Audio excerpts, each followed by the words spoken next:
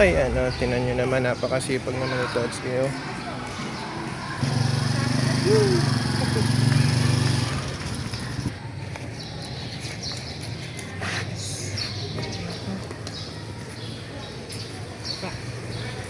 Mga katropa, merienda na. So nauna pa nagpa-merienda school. Kukunin ko pala yung dala namin. Ano pangalan mo? Ali po. Ali, shout out kay Ali. Baka may shout out ka. Shoutout po sa mama ko po. Pangalan ng mama mo? Russell Santos po at papa po. Okay, yun. Shout out daw sa mama at papa niya. Ayan. Eto na mga katropa, babalik na kami doon sa garden. Ayan si Totski. Siya naman may dala ng box kasi ako ito dala ko. Isang timbang lupa. Oh no! Ito yung mga batang masisipag dito. Naghuhugas ng pinagkainan.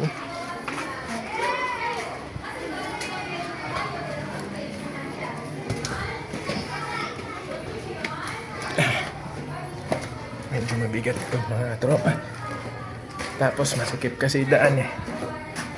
Langanin. Ayan.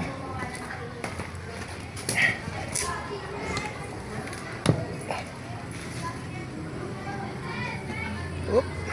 Balik tayo.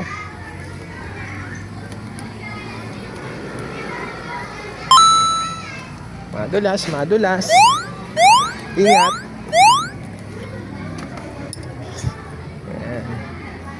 Tataniman po ng palaya yun. So, tingnan nyo, ayan o. Ganda. Pagka yan, namuha lahat o. Oh. Maraming makikinabang dyan, mga katropa. So, mga katropa, ini-encourage ko rin kayo na sumali sa mga ganitong activities sa mga school. Wala akong tubig. Siyempre, kailangan maging environment friendly tayo. Bukod sa pagiging environment friendly, makakatulong din tayo sa ating mga community.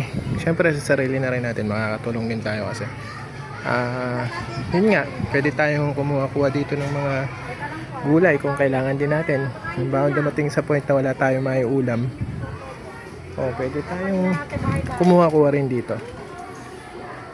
So sana yung mga nanay, yung mga parents na wala namang ginagawa sa bahay, hindi ko naman sinabing inuobliga ko kayo na pumunta kung may mga trabaho naman kayo tsaka busy sa bahay o may mga sakit na nararamdaman.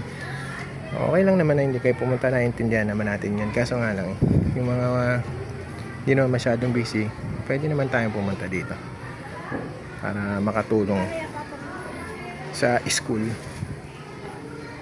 Ayan, no? So lahat naman tayo mapapakinabangan naman natin lahat yan.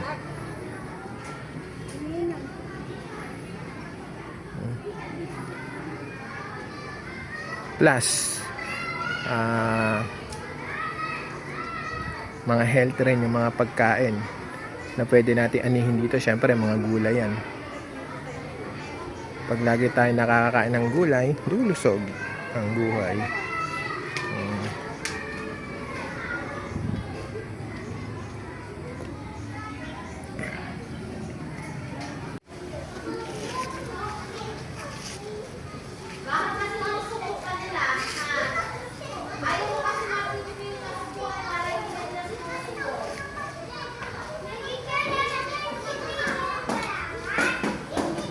Bumaba yung isa.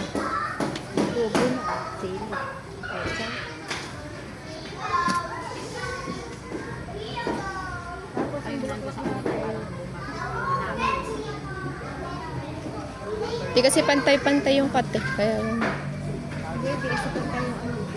Palitan mo kaya ng isang malaki yan. Palitan mo kaya yun nasa una. Tama na.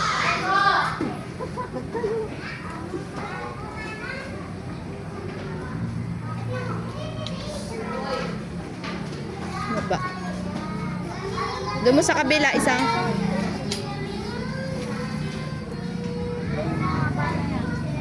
Pwede na yun.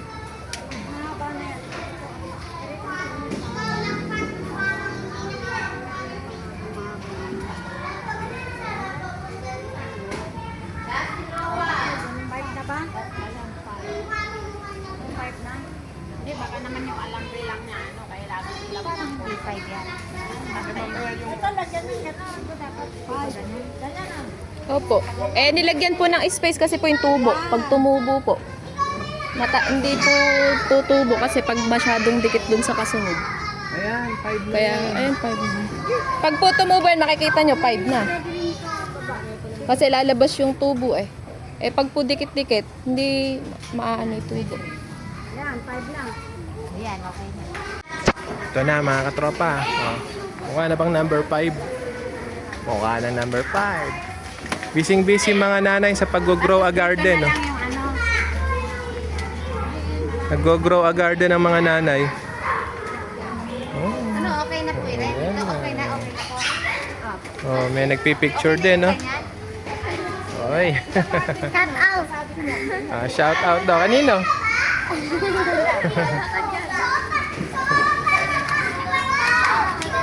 Nag-grow a garden din ba kayo? Ay, dito. Hindi kayo nag-grow a garden, kaya pala hindi kayo marunong gumawa ng garden eh. Pero yung nanay niyo siguro nag-grow a garden. Kabaliktaran. Ayan o, nag-grow a garden sila. Ikaw ka mag-ano, tangkad ka. Lugay ko eh. Yun yung grow a garden sa kabila. Dito okay na rin. Diba? Pag nagtutulungan ng mga nanay. Ay, parang Marcos, saan ka?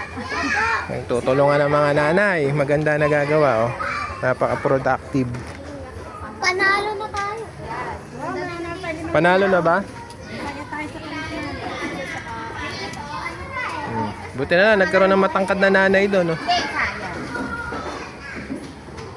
So, okay na mga katropa. Bali, babalik na lang ulit kami. Para sa ngayong araw na to, natapos namin yung gawain namin. Ayan, oh. Iba talaga pagka nagtutulong-tulong. Maraming nagagawa. Natatapos agad ang trabaho. Manpower pa. Sobra nating pera pang ano natin yun. Ayan. Pang ano tondo sa room. Kailangan. Yung mahirap na trabaho, napapadali namin. So, ibig sabihin sobra Dahil yung pag nagtulong-tulong ngayon. kain ng manok. Pali sa susunod, yun na lang yung gagawin.